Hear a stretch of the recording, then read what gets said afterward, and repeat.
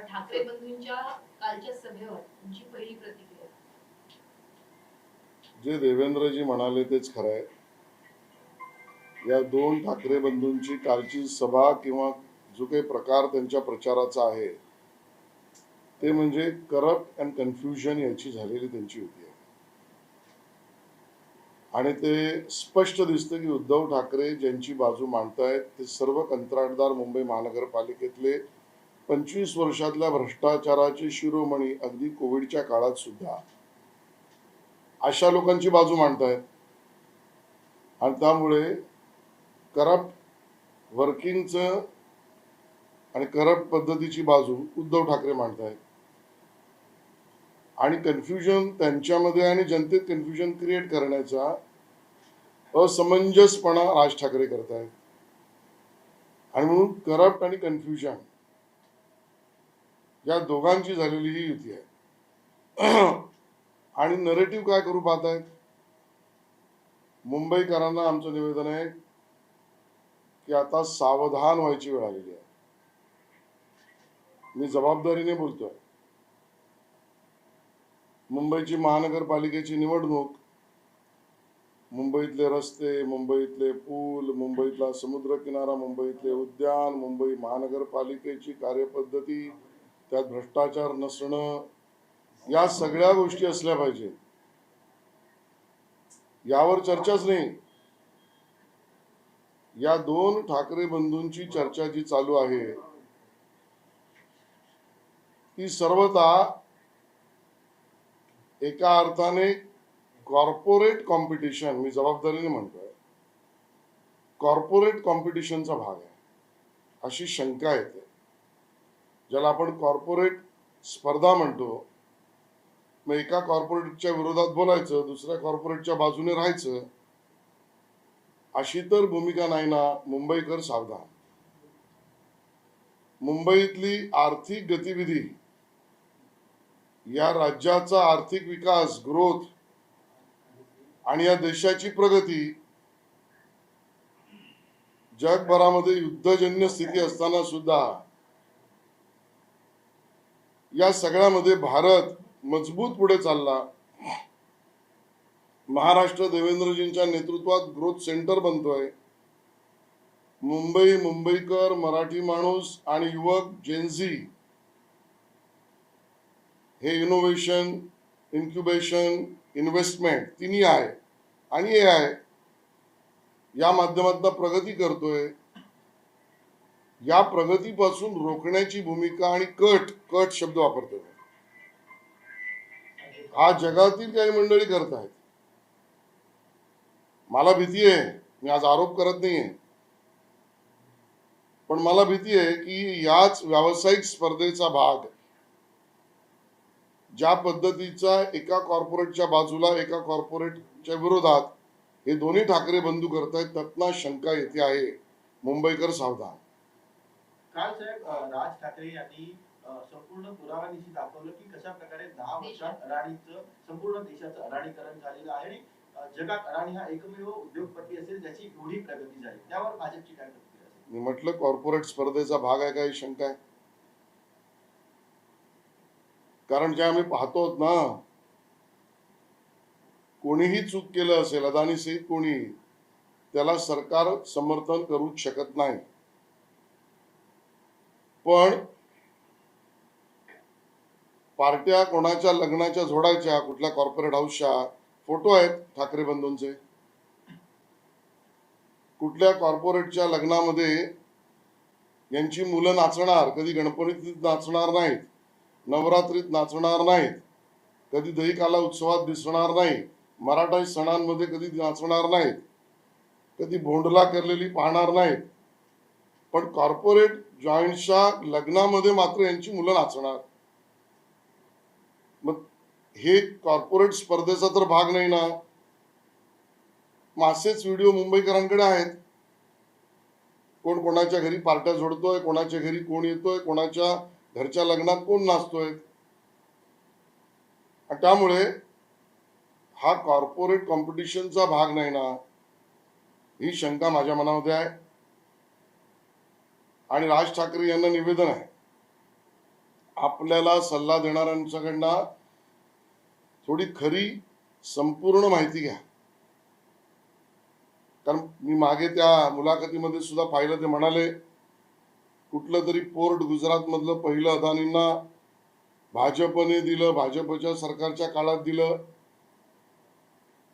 आणि सत्य काय, काँग्रेसचे चिमणबाई, मी चुकत नसेल तर तिथले चिमणबाई यांनी पहिलं पोर्ट अदानीला दिलं. हे काँग्रेस विरोधात बोलायला तयार नाहीत का? महाराष्ट्रामध्ये सर्वात पहिला विजेचा प्रकल्प किंवा व्यावसायिक प्रकल्प अदानींना शरद पवारांच्या काळात दिलं गेलं. हे शरद पवारांच्या विरोधात का बोलत नाहीत? याचाच अर्थ पहिलं पोर्ट गुजरातीत काँग्रेसने दिलं तर ठाकरे बंधूंना चाललं. महाराष्ट्रात पायघड्या शरद पवारांच्या सरकारच्या काळात अदानींना घातल्या, हे यांना चांगलं. आणि म्हणून ही बनवाबनवी आहे.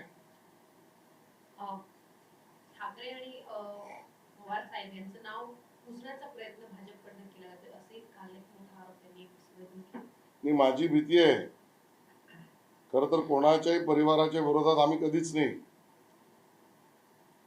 आणि ठाकरे परिवार असेल व पवार परिवार असेल, यांच्या विरोधातलं राजकारण हा आमचा हेतू नाही.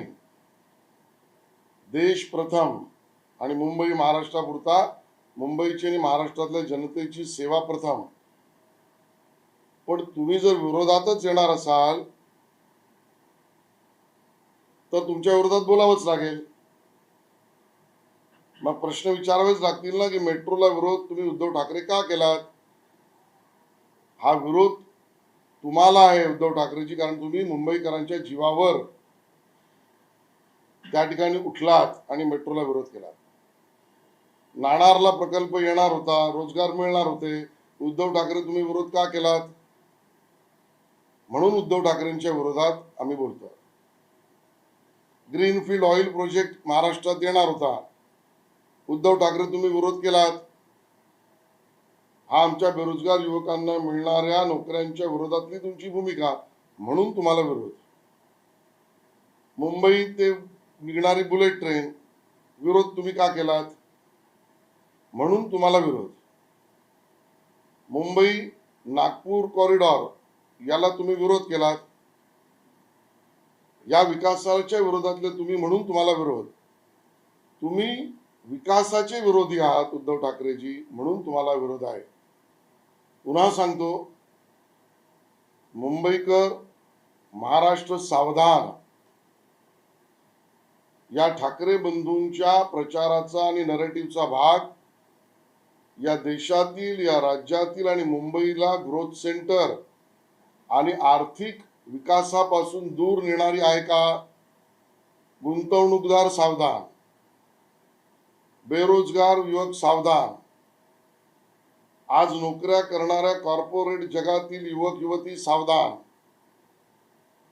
मार्केटमध्ये गुंतवणूक करून स्वतःची आर्थिक उन्नती करणारे यांना आमचं म्हणणं आहे सावधान. जेनझी सावधान, कारण या ठाकरे बंधूंना मुंबई आणि महाराष्ट्रामध्ये विकासाचं कुठलंही पाऊल नको आहे.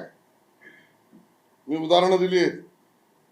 आणि शंका येते की कॉर्पोरेट कॉम्पिटिशन मध्ये उतरले तर नाहीत ना, आणि म्हणून मराठी माणूस सावधान. या निवडणुका विकासाच्या आहेत आणि मुंबईकर आणि मराठी माणूस याच्या उन्नतीचे आहेत, एवढंच. आणि त्याबरोबर महायुती त्यांच्या बरोबर आहे. त्यांनी सांगावं. व्हिडिओ तर त्यांचेही मार्केटमध्ये फिरतायत. मी सांगितलं, कोणाच्या घरी पार्ट्या जोडल्या, कोणाला घरी बोलून पार्ट्या केल्या, कोणाच्या लग्नात कोण नाचलं. आम्हाला गरज नाही, लोकांना माहिती आहे. आज तुमची महायुतीची सभा त्याच मैदानावरती पार पडत आहे, जशास तसं उत्तर आज दिलं जाईल. बघा, आम्हाला सेवा करायची मुंबईची, ते काय करणार आहोत आम्ही मांडणार आहोत. आमचा अजेंडा खूप स्पष्ट आहे.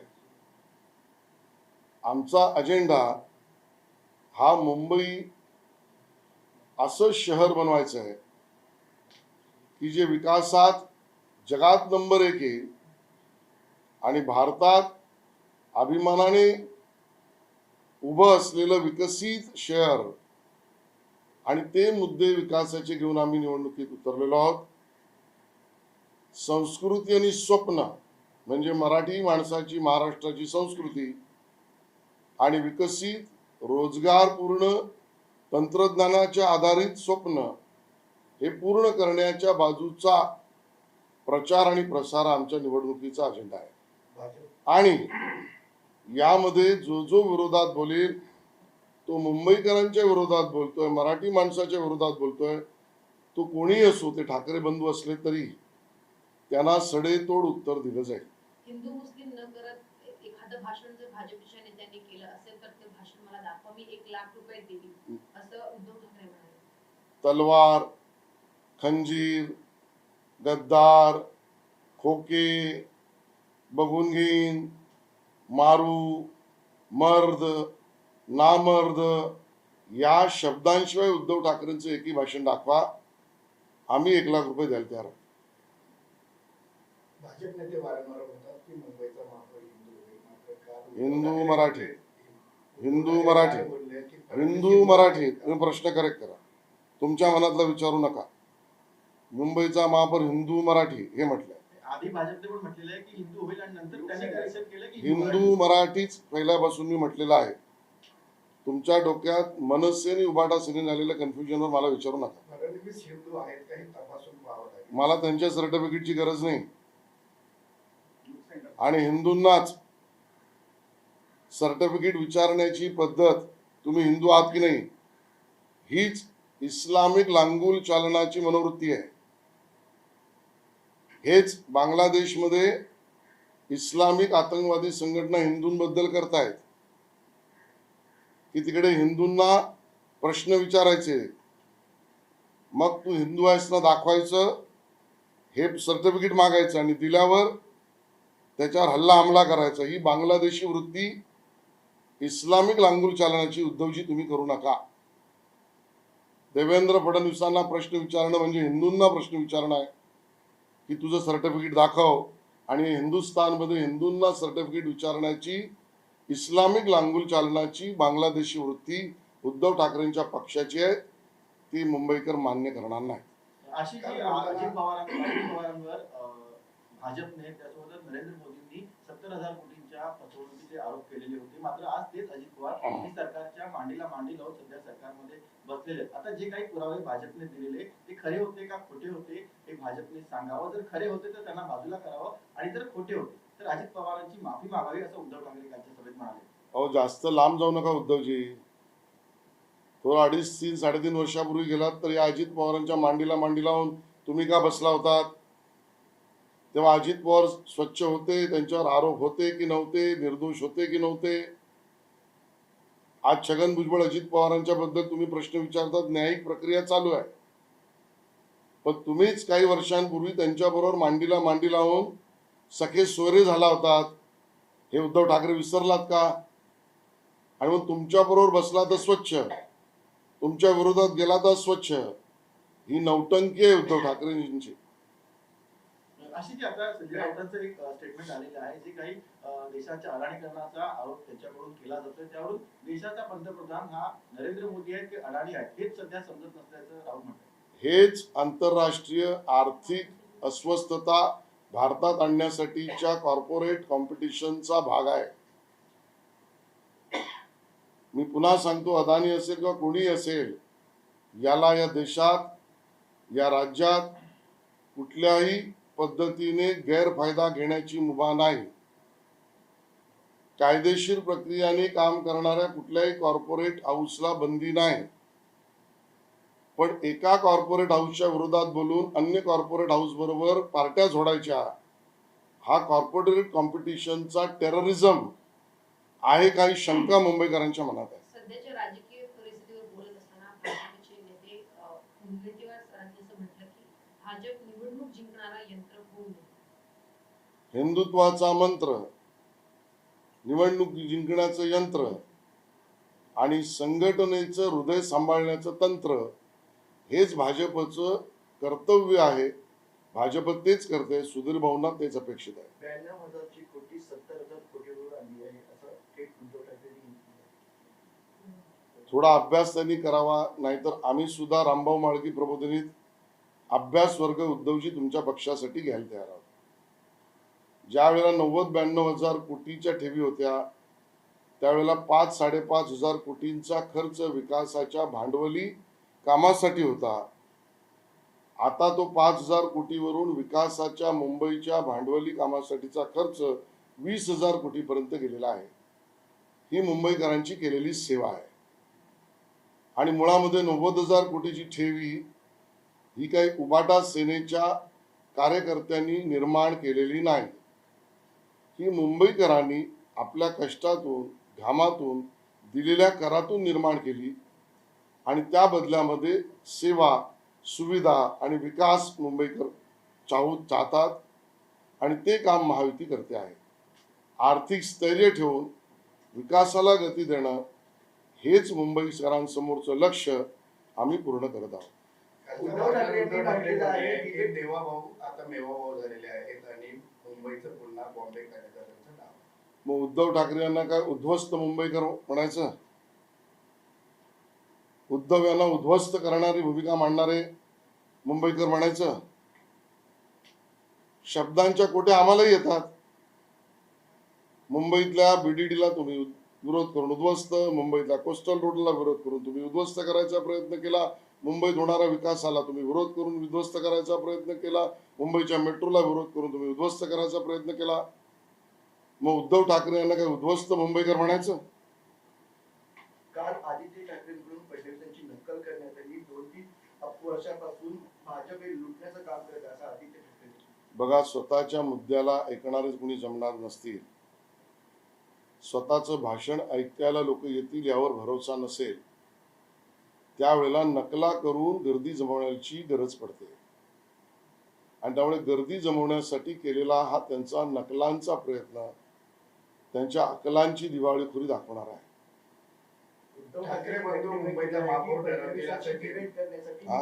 फडणवीसांची डिबेट करण्यासाठी व्यासपीठावरती मी आदित्यला पाठवतो असं उद्धव ठाकरे म्हणाले. मी माझ्याशी तरी पाठवा आधी, देवेंद्रजी पुढे आहेत. माझंच आव्हान आहे आदित्य ठाकरे यांना, तारीख तुम्हारी, समय तुम्हारा, जगह तुम्हारी, हम आने के लिए तैयार है. ठाकरे बंधू मुंबईचा महापौर ठरवतील असं काल जयंत पाटील यांनी म्हटलं. हाच अहंकार आहे, अहंकाराची पराकोटी आहे. अहो, मुंबईचा महापौर मुंबईकर ठरवतील, मुंबईचा महापौर मराठी माणूस ठरवेल, मुंबईचा महापौर निवडून आलेले नगरसेवक ठरवतील. सर्व काही आम्हीच करू कारण हे जग आम्हीच बसवलं आहे, अशा आविर्भावात अहंकारी असलेली मंडळी आहे. राज ठाकरे म्हणतात की मराठी माणसासाठी शेवटची लढाई आहे, भाजप हा देश विकायला चाललेला आहे. आमचंही म्हणणं आहे, मुंबईच्या विकासाला गती देण्याची ही सगळ्यात महत्वाची आणि शेवटची लढाई आहे. मुंबई, विकसित मुंबई, मराठी माणसाची मुंबई आणि हिंदुत्व प्रखर राष्ट्रवादाची मुंबई, यासाठीची ही निवडणूक महत्वाची आणि शेवटची आहे. आता ठाकरे बंधू आरोपी असलेल्या बॉम्ब्लास्ट मधल्या मुसापर्यंत प्रचारक म्हणून पोचलेत. त्याची पुढची पायरी याकूब मेमन याची सुटका करा, त्याचं थडगं सजवा, इथपर्यंत गेले आहेत. यापुढे मामून पर्यंत पोचले आहेत. मुंबईमध्ये हा प्रयोग करून ही मराठी माणसाची मुंबई वाचवायची असेल, मुंबईकरांच्या विकासाची मुंबई वाचवायची असेल, तर या ठाकरे बंधूंचा पराभव ही शेवटची संधी आहे. आणि विकासाची, उद्याची मराठी माणसाची सुसंस्कृत मुंबई, यासाठी महायुती हा पर्याय आहे. अण्णा मराई यांच्या नावाची पुन्हा एकदा टीका आहे दोन्ही ठाकरेंकडून करण्यात आलेली आहे कालच्या भाषणात. मला वाटतं त्याचं उत्तर देवेंद्रजींनी दिलं आहे. एक व्हिडिओ सध्या कल्याण डोंबिवलीच्या बाहेर निघतोय. त्याच्यामध्ये व्हिडिओमध्ये असं म्हटलं जात आहे की भाजपच्या उमेदवारांनी पैसे वाटप केलं, तसं पॅम्पलेट दिसतंय. नागरिक आहेत स्थानिक, त्यांना विचारण्यात आलं की तुम्हाला कोणी दिलं, ते म्हणाले की हे जे पॅम्पलेटमध्ये फोटो आहेत त्यांनी दिले. आणि बघा, तुम्ही ज्या वेळेला मतदारांना कन्व्हिन्स करू शकत नाही, त्यावेळेला त्यांना कन्फ्यूज करा, ही त्यांची नीती आहे. मी तो काही व्हिडिओ पाहिलेला नाही, पण भारतीय जनता पार्टी अशी कुठलीही कार्यक्रम, गतिविधी किंवा धंदे करत नाही. आपल्याला मतं मिळणार नसतील तर जो मताने जिंकणार आहे त्याला बदनाम करा, अशी षडयंत्र चालतात, त्याचाच तो भाग असेल.